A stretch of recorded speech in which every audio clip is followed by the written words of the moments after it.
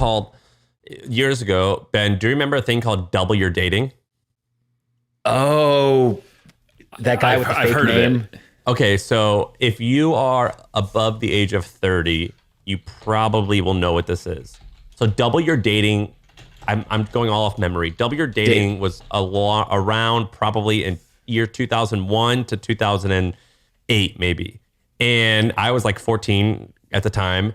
And it was basically this ebook. I think he sold more stuff, but it was an ebook for $29. And it was just how to talk to girls. And like every boy who's 14 years old, like you're going to buy it because you're uncomfortable and you want to meet girls, whatever. And his website was just, you'd sign up and over the course of a week, he would send you a series of emails that were literally 5,000 to 10,000 words. All it was a text-based email, and it made tens of millions of dollars selling this $30 or $40 ebook. And then the guy who ran it, his real name is Eben Pagan. His pseudonym at the time was called David D'Angelo. And my friend named Craig Clemens worked for him, helped writing this. Craig has a company called Golden Hippo, which owns like 8 or 9 different brands, and they sell like probiotics, or one of them's called like Dr. Stephen Gundry. Have you guys heard of that? It's like a famous doctor, and he like partnered with them, and they sell probiotics to like women. Anyway, Craig took the Double Your Dating route, like kind of like ideas, and now he sells literally $1 billion a year of products, and it's like a probiotic, it's vitamins, and I don't know what their other brands are. And it's just one long sales page. And at the bottom, they're selling a $39 probiotic. And that's something today that still exists. If you go to, I remember W Dating was good. Yeah. I will say though, I think that is from a bygone era a little bit.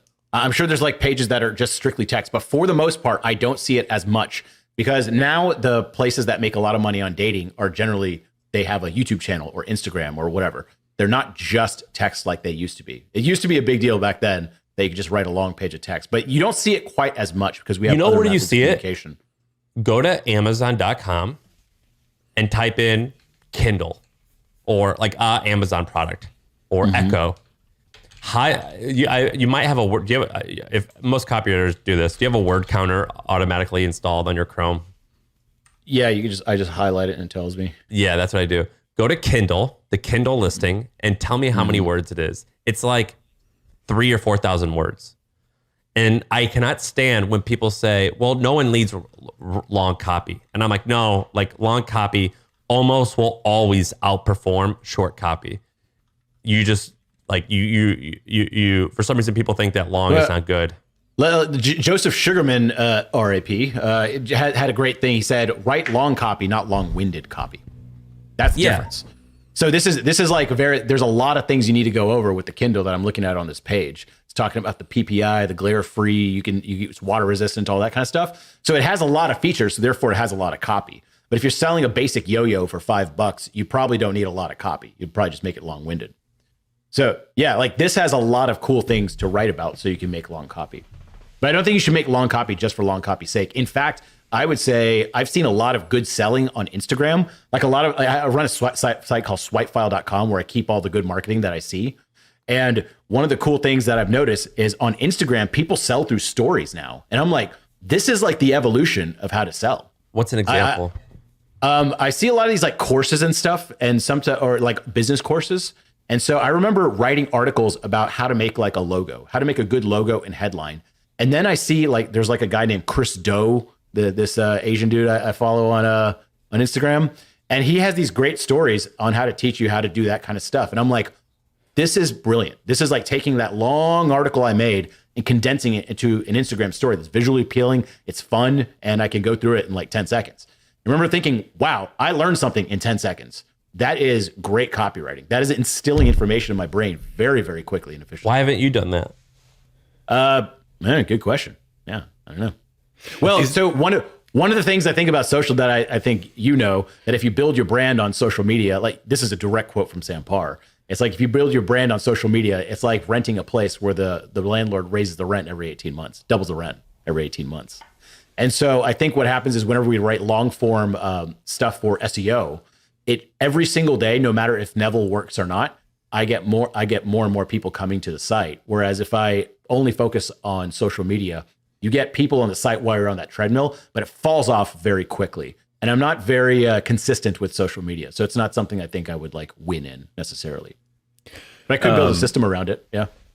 So Neville, you talked about that first sales email for your Rave website. I'm curious for both of you, for you, Sam, like, do you have an equivalent, like where the light bulb went on, where you were like, oh, like this works. Like I can get people to do stuff with my writing. Yeah, and Neville, also for you afterwards, like, was that for you, or was there another moment where that light bulb went on even more? Sorry, go ahead. Neville was at the time it happened. For me, it was, I hosted the first HustleCon. I had the idea for it, I think on May 1st, and then it happened in June. Whatever it was like the idea to event was 6 weeks, and I made $40,000 in profit or something like that. And I didn't spend a cent on marketing, and it was all through these sales emails that I was sending people. And it worked so well. And my website was ugly, and I was like, this works. And then when the hustle launched, we created a welcome email. And welcome emails typically are like, I call it the forgotten text. So there's like your thank you page. There's like the confirmation page when you subscribe to a website. There's the welcome email after you've given someone your website, given someone your email. There's like these forgotten areas of people's websites. And I was like, let's make all of those areas incredibly funny and surprising. And I bet you people will share it and it'll get us more traffic. And so we did. And so if you Google the Hustle welcome email, we created this welcome email and it was like funny. And people started writing so many articles about it. And I'm like, dude, this took us like 4 minutes to do. And we kind of stole the idea from someone else. It's not that original. This copywriting thing is awesome. So that was like when it hit for me. Also behind the scenes, I knew you when you were throwing HustleCon, you made really good cold emails to speakers because you knew that like if you get the whales, everyone else will follow. So if you get the big speakers, and you made these awesome emails with GIFs, which 10 years ago was like kind of cool. And you held up like the volunteers, they would hold up a sign that said like, hey, Ben, will you come to speak at HustleCon? It looked like you made like a custom email. In reality, you just like Photoshopped their name on it. Yeah. Use the same one over and over. Yeah. There's definitely light bulb moments like that. I said I had my House of Rave one. And then the next one was when Noah Kagan was building AppSumo off my couch. He was sending out he had 50,000 people on an email newsletter for AppSumo at the time. It was kind of like a side project of his, which is like, 50,000 email subscribers, pretty good for a side project. And he would send out like grasshopper.com, 25% off coupon, buy. And I was like, man, that's a pretty shitty email. That's not great. And so I was like, let me apply some of this copywriting stuff to some of these emails. And the first email we sent out was AppSumo's first $10,000 profit day. And Noah was happy. I was happy. Was it the one on font? Kernest. Yeah. You got to read that first sentence. Listen to this, Ben. The first sentence on that email is in the Hall of Fame. It is gold. Can you read that? Read that first. It was like the first 3 or 4 sentences were beautiful. Do you remember I'm going to try to say it at the top of my head. This was like 10 years ago, but it says like, if I whisper the word Garamond in your ear and it makes your knees weak or something like that. It was basically kind of like fantasizing about fonts, which is like a very specific person. Yeah. You were talking about having a sexual fantasy with fonts. Yeah. It was so funny. Look, it was a different time. I forget what the name of the font is, but he's like, let's just say, it was like, if I whispered the word Comic Sans into your ears, does it make you weak at the knees? Yeah. And then it was basically having like a sexual fantasy about font. And then it like went on for like 6 sentences with more things like that. And then it was like, well, I've got good news for you, you dirty dog. Like, we're having a sale on all these fonts that you could purchase today. It was beautiful. That is such a beautiful concept. I've stole that on a bunch of different. Wait, I'm pulling up. Wait, I totally forgot this. It said this first sentence is, if the names Lucidia Sans Unicode or Courier New don't mean anything to you, go ahead and close this message. And then it goes on to the whole thing. It quotes Steve Jobs in there about him talking about font types. And we remember thinking like the reason Noah gave me this deal was he didn't think it was going to be that big because it was so specific for like designers who did typography.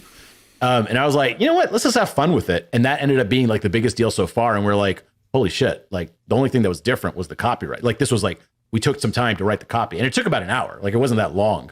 And so we did it again and again and again. And then for like a long time, I wrote every single email until we like hired enough copywriters to replace me. So you said it took you about an hour. Do you ever feel like you come to a copywriting problem and you just never crack it? You just are like, man, like the light bulb never hit, or are you just like, can you power your way through any problem? I'd be curious to think what you think, Sam. Sometimes like if you're not in a good mood, like I think like there's a cool time in the morning, like when I wake up and drink a bunch of caffeine, that like come up time, like my brain starts getting a little like, start like thinking of funny jokes, start getting a little giddy. And I'm like, oh, this is a good time. But like if it's late at night and you have to just write something for a deadline, sometimes it'll be like, this is kind of boring. But then every once in a while, it just hits you like that. How do you think about it, Sam? I think that there's like usually the way that I'm almost positive that this is universal, but the way that you get good copywriting is you sit down. The problem is that most people are afraid to start. But what you really need to do is you have to sit down and you just have to write. And you acknowledge that it sucks. And then what you do is, so long as you have enough time, you then let it marinate. So you can like go and do something. And then the next day you come back to it. And then that's where the really like the good shit actually happens. But every once in a while, you can sit down and it just works. So I have this thing that it's like I've been working on this thing called Copy That, and I just wrote this little TMI. I was just sitting on the toilet and I just wrote it, and I have not touched it because it's perfect. I'm like, oh, this is just perfect. This works. And sometimes things like that definitely happen where it just happens. But I think it's pretty much impossible to come up against a problem that you can't solve for two reasons. One, that incubation phase always works. And number two, you can just copy other people. So you go to swipefile.com, which is Novel's site, or you just like go and read you just search like best ads of all time. And you can just like read really old stuff. And you're like, oh, sick. They were selling shirts using this big idea. I'm going to steal that for selling this other thing. Yeah, I mean, there's a lot of tools available for like research generation. I think actually Pinterest is kind of what inspired swipefile.com. You type in like good sales letter, product like dog leash sales letter, you'll find a ton of stuff so you could copy. The other thing that I think is cool, here's a method I use all the time, and I don't know if it's just unique to me. If I work with other people where I think they can see my screen, okay? So if we're on this call, I would share my screen and do work. So right before this, I host a thing called Writing Wednesdays, like for our members. And like a certain amount of people show up and we just share our screens and work. That's it. And whenever I do that, I tend to get the best work. I get a lot of work done. I invite Sam and Sarah over to my place to co-work every once in a while. I have my neighbors over. I have people over to co-work all the time. And what I make them do is I tell them, I'm like, at least one person has to sit on the same side of the table as me, because otherwise I'll just be on Reddit or Instagram just goofing off. But if they're looking at my screen for some reason, I keep pushing forward and write good stuff. Sam, Ben, tell me this. Have you ever been like in an airplane and you're like in the seat and there's other people next to you and you know people can see your screen? I bet you get some good writing, right? Yeah, for sure. Like there's something about other people seeing it where you're like, I gotta keep powering through, and I just can't let my brain stop. And so I think that's kind of a secret weapon. I have people work next to me or share my screen and work. And that's when I get the best writing done for some reason. What do you think, Ben? Are you going to start doing some copywriting shit?